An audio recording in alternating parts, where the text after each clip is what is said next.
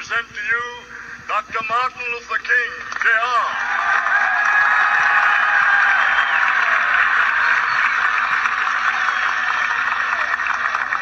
I am happy to join with you today in what will go down in history as the greatest demonstration for freedom in the history of our nation.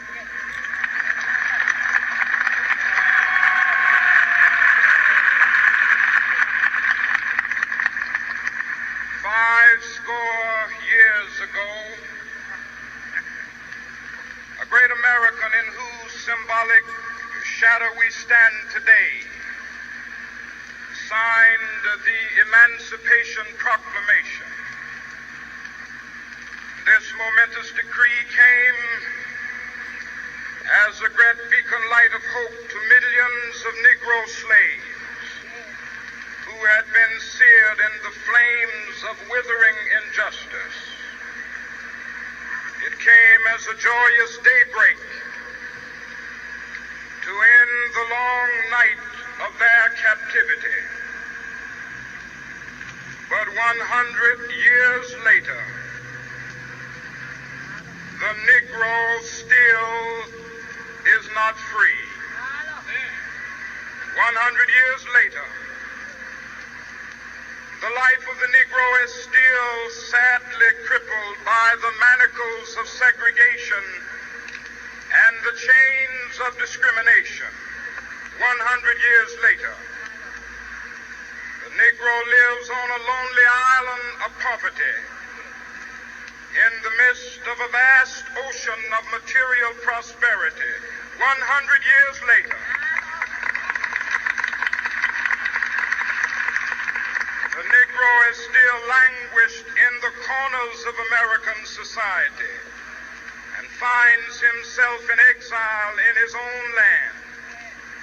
So we've come here today to dramatize a shameful condition.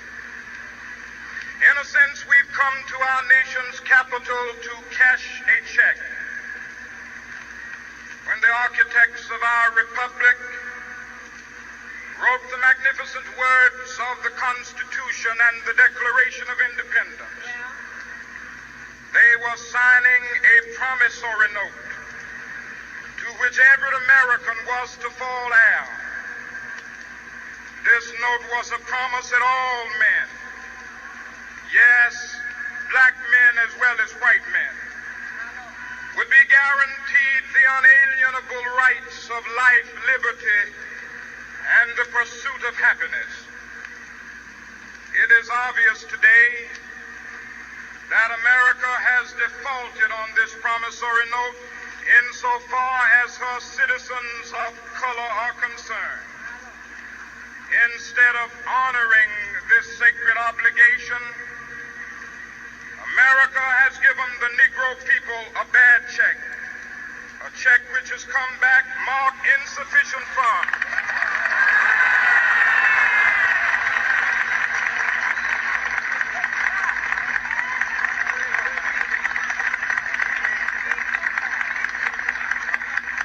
But we refuse to believe that the Bank of Justice is bankrupt. We refuse to believe that there are insufficient funds in the great vaults of opportunity of this nation.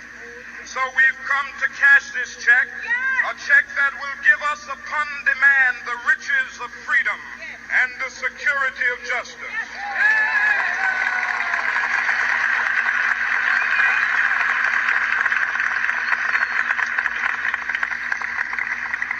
We have also come to this hallowed spot to remind America of the fierce urgency of now. This is no time to engage in the luxury of cooling off or to take the tranquilizing drug of gradualism.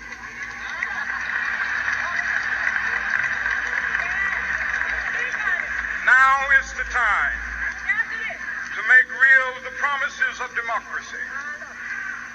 Now is the time to rise from the dark and desolate valley of segregation to the sunlit path of racial justice. Now is the time